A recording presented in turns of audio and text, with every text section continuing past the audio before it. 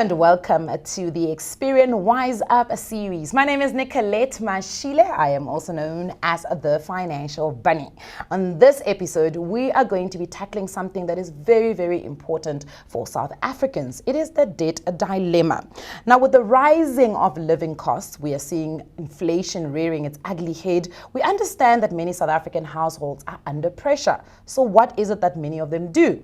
They turn to credit lines and they have a reliance on using credit. But what does this actually look like in terms of a repayment? What does it look like psychologically to turn to debt? And we're going to be having that conversation with Gerber, who heads up data insights at Experian. Ans, thank you very much for making the time. Thank you very much for having me. Awesome to be here. It's an absolute pleasure. I hear you like to bake.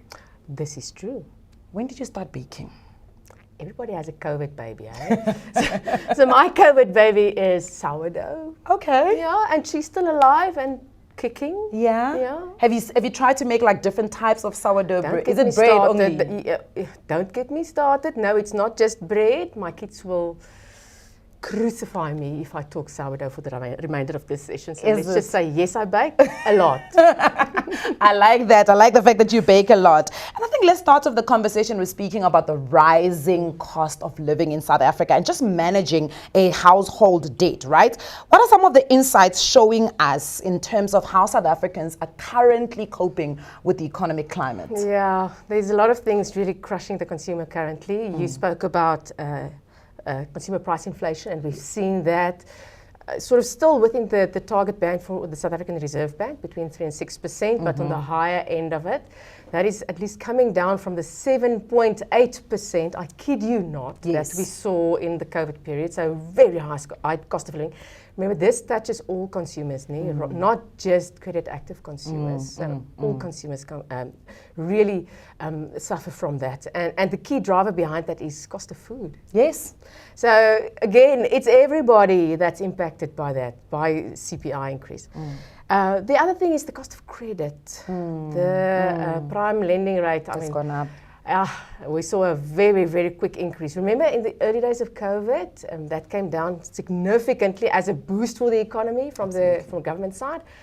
But man, oh man, did that thing go up quickly it was around September 2021. Yes. And it's sustained very high levels now at still 11.75%, so really high interest rates.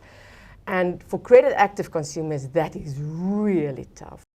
Ans, I like the fact that you touched on a little bit of the prime lending rate and basically the credit active South Africans. And I want to speak a little bit about that because I got a DM on Twitter and somebody, or X now as it's called, and this young lady had bought a house in COVID times. Obviously, interest rate was great, and now she's finding that the jump in her installment just does not fit into her budget anymore. And I'm assuming, and maybe you can correct me, that many South Africans don't just have one credit line. They either have a home loan, a car loan, a credit card, an overdraft, a personal loan, all sorts of loans.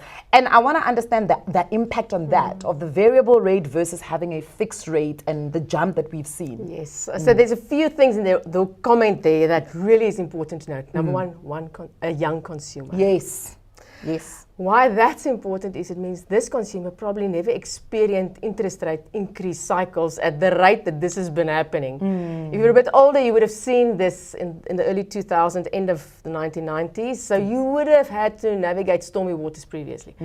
But for young consumers, this is a first. And it's a terrible first to have, number one. That's the first thing you mentioned, that's a key. The second thing is you mentioned that she's a homeowner. Yes. Now remember what home loans are. Yes. High value credit products, interest rate increase is announced, and then your next installment is higher. It literally shoots up immediately. Yes.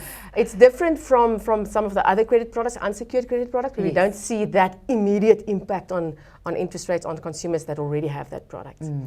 You then mentioned other credit lines that consumers have. Now, we typically see that for secured credit consumers, that's consumers that have home loans and vehicle finance, they have a number of credit lines already because they've They've earned their right to have get more. secured credit, right? Yes. Chances are they have a retail credit product. That's probably where they started. They have a Yes. personal loan already. Yes. Maybe they have a credit card if they don't have a personal loan. They may have a vehicle finance product already. So by the time they get to homeless, it's like a ladder of you sort of Sounds like you're speaking about me. Yeah, and especially the young part, nee. Yes, I know. Yeah. So that's unfortunately where many consumers find themselves. Yeah. I also think when we speak of credit consumers specifically, we need to distinguish between different kinds of credit consumers. There are the more mature, experienced credit consumers that have had to navigate sort of stormy waters previously, and they are more prone to navigate this wisely. It's the young peeps that we find are really battling. Remember also, young consumers pre-COVID had a higher likelihood to only not qualify for a home loan. Eh? True. Now, when that interest rate reduction was announced, they only just qualified for the credit they were wanting. And now, surprise happened. So these consumers now have to make do with the current situation. And also now, for these consumers, higher cost of living. Yes. We know that income for consumers hasn't increased at the same rate as the cost of living has. So it really makes it difficult for young consumers. So look, I mean, I think based on what you've kind of said and just put it a bit in context, obviously there were a couple of young consumers who entered the credit activeness during the COVID period. Are we seeing any more take up on credit now because of the climate in which we're in? We're definitely seeing a huge increase in appetite for credit. So meaning consumers are absolutely looking to credit to solve that cost of living gap. Yes. However, we see that the approval rates are very low. It's like under a third. Less than a third of applications for credit are actually granted. Sure. And that comes from two reasons. There's two things that credit providers consider when a consumer applies for credit. Number one is your credit score. So that's kind of your credit reputation, if you like. I like How that. much can they trust you? Yes. No, I can't coin the term. I have a colleague that came up with that term. But credit reputation. Okay. The other leg on which a credit application stands is what we call affordability. Now, affordability, as the name sort of suggests, is based on the degree to which a consumer can actually afford an additional expenditure on their budget. So does it fit into your budget? Can you afford that extra expense? Yeah, so, and I think, I mean, we're going to get there probably in our conversation now, but budgeting is such an important aspect. Know what you can afford. I like that. Yeah. So that is the reason why many of the credit applications that we see coming through are not granted. Maybe just a comment also on the credit reputation aspect specifically on that. So you would know there's something like the credit score is actually something that the banks look at specifically. Yes. And that's also a measure that they use to decide based on their risk appetite for credit. So if the bank doesn't want to incur too much risk, then they would only go for the higher score consumer. The pandemic times, that lenders were more strict on their credit lending criteria. So they were sort of tightening a bit on the tap in terms of the volumes that they were allowing to get through. And particularly that was happening for retail credit. Now the issue with that is the fact that that's a starting point for many consumers. So how do you enter into the credit market if you can't even get into the retail part of it? That's quite an interesting question. How do you actually enter if the benchmark at the bottom is the one that you actually cannot get into? So now if you answer, and this is my dilemma that I'm having with right now in my head is what would be the psychological reasons behind this credit use? And I mean, on one side of things, we try to teach people save, have an emergency account so that you don't rely on credit if times get a little bit tough. What would you say is the reason why South Africans are struggling with the saving and would opt rather to try and get an approval on a credit line? No psychologist here, but I think there's two reasons why this happens. And I'm basing this on consumer engagements that we have. Yes. We have a lot of these in-person consumer engagements, and that's where I'm getting my answers from. Yes. Number one, there's this thing of keeping up with the Joneses. I know you definitely don't succumb to that, but many consumers. Oh, you'll be surprised though. Yeah. You know, but you know, finance is emotional. Yeah. So there's definitely a matter of keeping up with the Joneses that I think we need to take a bit of control of that one. I think the key thing when it comes to financial wellness is discipline. Does it come easy? No. Do we need to? Yes. So that's the one reason. The other thing we find is that many consumers look to, the term is coined retail therapy. Sort of yes. Yeah. He didn't respond back to my text. Oh, I need to buy something to make myself feel better. That exactly. That exactly. We're finding excuses to spend money. Yes. And again, the discipline word becomes key here. I actually had an engagement the other day with consumers where we had this conversation. Why do we feel we need to spend money to feel better? Yeah. Whether it is about going for a drink or, I don't know, buying a new outfit just to feel better about life in general. And maybe that's the psychological thing that we need to address. Yes. That sometimes just going for a walk around the block and having a cup of tea with the lady next door can also work. I like that. Call me old-fashioned if you want, but I think that's part of the discipline part of it. Yeah, I like that. In fact, I was actually watching a TED talk and this gentleman was talking about how people comment on him eating too much chocolate. And he said he had to go to his bank statements to check how much money he actually spends on chocolate. And he was like, you know what? Your bank statement will tell you a lot about your emotional stability. Because where you start spending this retail therapy that we all do, it often happens around when something happens in your psychological and emotional side of you. But let's talk about what people can do to start trying to solve this issue. For instance, one of the things that we speak a lot about is household budgeting. Does it actually happen in South Africa? No, not to the degree that it should be happening. Yes. And again, I base this on consumer engagement that we have in person. I think sometimes people feel threatened. They don't know exactly how to go about it. Yes. That we know for a fact, actually, that many people don't realize how to go about it, the detail behind it. The idea of income versus expenditure, that's something that's kind of obvious, but filling in the detail. You mentioned earlier looking at a bank statement and knowing what you spend on. It's one thing to have an opinion on what you think you spend. Which is what we all do, right? Oh, I know what I spend on. Of course I do. Let's I'm check the spending. facts. Let's check the facts, shall we? So that's a crucial part of it. Yes. I think also what we see is many consumers think, yeah, I did a budget like 5 months ago, give or take, when in reality a budget is a plan and it's a honesty checker. Yes. So did I actually stick to the plan that I made initially? Yes. So that's the first bit of advice that I would give consumers. But I think another thing that we also need to keep sort of top of mind is the fact that there's a higher incidence of fraud that we've seen. So consumers' identity being stolen and being used to open credit lines on their identity that they didn't give specific consent for, that they didn't even apply for. Yes. So what happens then is some scoundrel would get the consumer's identity, open up a credit line or buy goods or whatever the case may be, get the cash, and then the consumer would need to make good on the credit commitments. But they never even had the benefit of the credit product.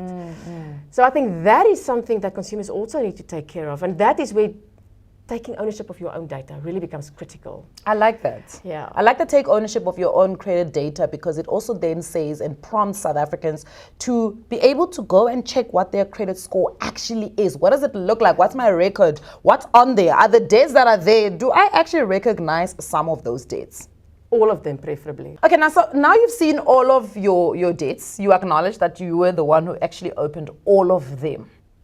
What can we tell the consumer in terms of tips to manage that debt? Because sometimes it can get a little bit overwhelming, especially you speaking about the young person who is for the first time in their life having to face this economic climate where interest rates are rising, the installment is jumping up, they really don't know what to do with it. So what can we tell them? How do we manage that debt? Yeah, definitely taking ownership of what you spend on. Okay. That is a key thing here. We always distinguish between what you want, yes, and what you need. need. So you know the drill, right? You know the drill. And unfortunately, your credit commitments is needs. You committed to that. Remember, at the time of actually engaging in this credit commitment, you signed a contract. Yes. You said, every month, by such and such a date, I will pay this and this amount. Yes. That was your commitment. Failing to do so will have negative impacts on your credit score. Yes. Fact. So you want to make sure that you honor those commitments. So when it comes about the wants, how about deprioritizing those for the time being and get to the needs first? Make sure you spend on those things before you spend on the wants. Going back to those psychological factors that you spoke of earlier, we're kind of addicted to instant gratification. Yes. I don't feel well now. I've earned this. I deserve this. Yes. We can justify a thing to the nth degree. I know this because I'm one of the consumers. I'm also sitting here thinking about some of the things I've had to, like last month I actually had to call my car loan guys and say, guys, I'm going to need you to move that installment from the 28th, maybe to the 5th of the month. Well done. I just want to say well done because that's the other thing that consumers can do and should do. After they've budgeted properly, distinguished between needs and wants, is to be proactive about it. If you see you're not going to make it, pick up the phone, write the email, engage with your credit provider and be the first to take action. Because silence is the thing that's actually having a detrimental effect on your score. We're seeing that many consumers try to, if I'm not thinking about it, it will just go away. Yes. And then when they eventually see their credit reports, which is also a very important element, we spoke about the credit score now, but it's on that credit report that you see the detail. They see, oh, that old loan of mine that I haven't been thinking about for the last 3 years, I can still see it there. It's still lingering there. I need to make good on that. And if it is coming to an arrangement or an agreement with the provider, agreeing a lower repayment, whatever the case may be, but get to some sort of agreement so you get that sorted. So we can agree that your credit lines will have a direct effect on your credit score. Not making good on them. Not making good on them. Maybe talk us through that. What does not making good actually look like? Because sometimes, for instance, I know my debit order is supposed to go off on the 28th, but you know what? My invoices are only going to get paid on the 30th. What do I need to do in between those 2 days where I know that it should have gone on the 28th, but it's going off on the 30th? Does that have an impact on my credit score? Could I just keep it wait and say, it's going to get paid anyway? No, not so lucky, I'm sorry. So there's 2 key metrics in your agreement, or actually 3, originally with the banks. Number 1, I, Nicolette, commit to pay 2,000 Rand a month. Hypothetical situation. The amount. This payment shall be made by the 28th. Of every month. That's the second element. And the third one is I will continue to make this payment for the next 10 months. I'm cooking up a scenario. But that's the contract that you agreed to.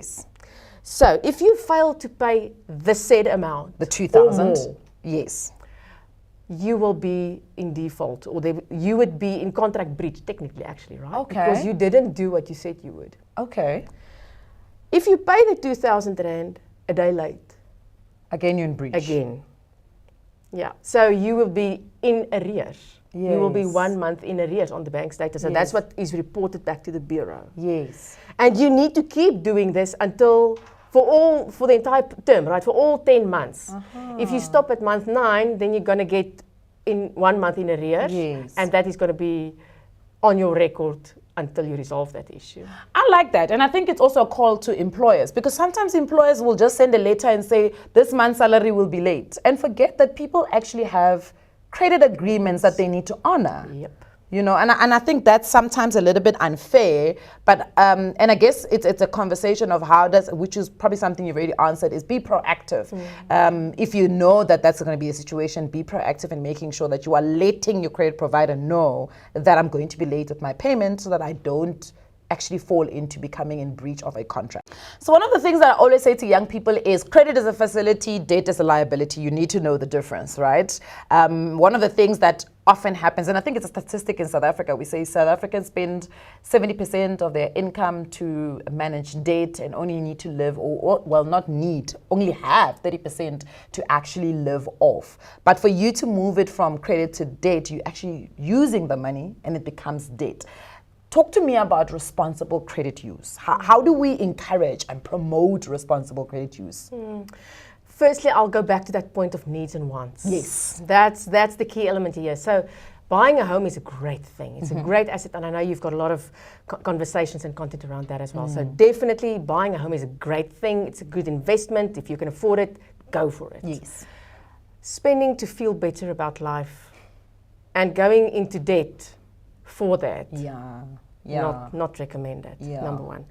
Number two, make sure that in your budgets, you make account for debt commitments. Okay. Don't forget about that. It's easy to forget about that. Yes.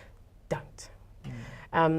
Good news is that we've got a tool called Up. Yes. And Up automatically pulls in that debt commitments that we can see from the bureau side. So you don't even have to wonder what your car repayment amount or your personal loan repayment amount is that you need to budget for. So that's automatically pulled into the budget as well. Yes. You can complete other expenses that you have, school fees and that sort of the kind of thing that the bureau doesn't see. Yes. And it really makes budgeting easy. Firstly, to get access to the budget that you set up, but also to repeat it. Okay, so wait, let's talk a little bit about Up quickly. So Up is a platform that you guys at Experian have created, right? And essentially it's managing your finances. It's not just about your credit, it's managing your holistic finances on the actual web platform. Yes. All right, so talk to me. So I'm Nicolette, I register for Up, I'm on the Up app. I need to input all of the stuff that I need to pay for every single month, but the debt will automatically be pulled based on what the bureaus have. Correct, 100%. So that's the budgeting tool. And again, you'll be able to see if you can actually afford the stuff. So there's a little balance calculator for you at the bottom. Like that. We save the data. You can see how you progress. So you've got a nice time series of information where you can see, okay, I'm actually progressing at this budgeting thing. I'm getting better at it. Or not, and if you're not, then you know to take action about it because it's your data. The point is, this is all about improving your financial wellness. Yes. So that's the budgeting element. We also have financial education elements on there. I like that. Cartoon elements, some content articles, podcasts, videos, and all the like. So really trying to empower consumers with information. And I want to get to that, Ans, because you guys are, you work in the credit space, in credit reporting, data insights in terms of credit usage of South Africans. Why did you feel the need to make a holistic financial education app? Our dream is financial inclusion. Yes. That is the dream that we're working towards. And we understand that financial inclusion goes way beyond just credit. Yes. It's about taking the fear out of finance. Again, in our consumer engagement events, we learned that consumers, I don't know if it's shy or scared or what the thing is, but they don't want to talk about this thing. The stigma, though. I think it's a shame and the stigma that comes with, oh, you're in debt. Or you're not you're not coping every single month, and you just feel like, oh, I don't want anyone to see me. Yeah, and that's the challenge. Yeah. That's the challenge that we're facing. So we want to help consumers to take the fear out of finance. I like that. Because it is your data. Yes. If the rest of the world can see your credit profile when you apply for a credit product, at least know yourself what's in there. Yes, of course. So you're not surprised when the result comes out and it's like, sorry, you didn't qualify, and you're like, why don't you want to give me the credit product? But there's something adverse on your credit record. Yes. Own it. Know what's on there. Yeah. And Up also allows consumers to get access to their credit records free of charge, refresh daily, forever. So it's an important thing to mention as well. Up is free. Consumers just register on the platform. I like that. And then we give them this information and these details really. Yeah. That empowers them. And just before I let you go, I want to find out, you've got children, right? I do. So what is the number one money management tip so I call it giving my children financial advice. So what is the one tip or advice that you would give your own children? Can I have a 1A and 1B? Of course you can. Thank you. So 1A, give me your budget and then I'll pay you the pocket money. So I love that. That is, so my eldest is now discovering that he didn't budget enough for clothing. Okay. So look at the worry in my eye. Yeah, because I don't know. You prepared the budget, my dear. This is your pocket money. We'll review the budget next year. Should employers do that? Should employers say to their staff, give me your budget and I'll pay you? I don't think so. Yeah. But if you're raising children, yes, that is how you instill the discipline. I love that. The B part of that is, when they give you your budget, look at it a bit critically. Yes. And tell them, so where's the savings part in this budget? Did you plan to save, Buddha? Yeah. And last, before I let you go, Ans, and I know I already said before I let you go. You've also got the A and a B. Yes. From, you head up Insights at Experian. Yes. What was the biggest shock for you in terms of when you read the data and you are like, I can't believe this is what it is? The amount of distress that the highest affluence end of the market is currently having to deal with. Remember, these are the consumers that have home loans, vehicle loans, high value end. Lots of credit card. They're looking to all sorts of unsecured credit to now bridge the gap because they want to sustain their living standards. Yes. And they're battling to make ends meet and to honor those debt commitments. Biggest surprise for me. Sure, that is quite interesting. I know that most of us love saying this thing where I'm like, I'm young and credit worthy, but that credit worthiness should not equal to credit reliance. Ans, thank you very much for making the time, giving us such valuable insights. And I think that last insight you've given us is quite an important one, and it gives a little bit of caution. Before you stand up there proud and say, I'm young and credit worthy, ask yourself if that credit worthiness is not equaling to credit reliance. But if you do find yourself in a situation where you are relying on credit or are in an uncomfortable debt situation, please do remember help and resources are out there. One of those, and very important for you to go and register today, you can even Google it, is the Experian app web-based platform. Do jump on it. Add your data and see how you can become a little bit more wise up about your finances. Don't forget, it is on Google. All you've got to do is go on app.experian.co.za and you will find it right there for you, ready to assist you. Make sure that you are taking control of your credit data. Not only that, fixing and seeing where your finances are. I will see you guys on the next one. Thank you.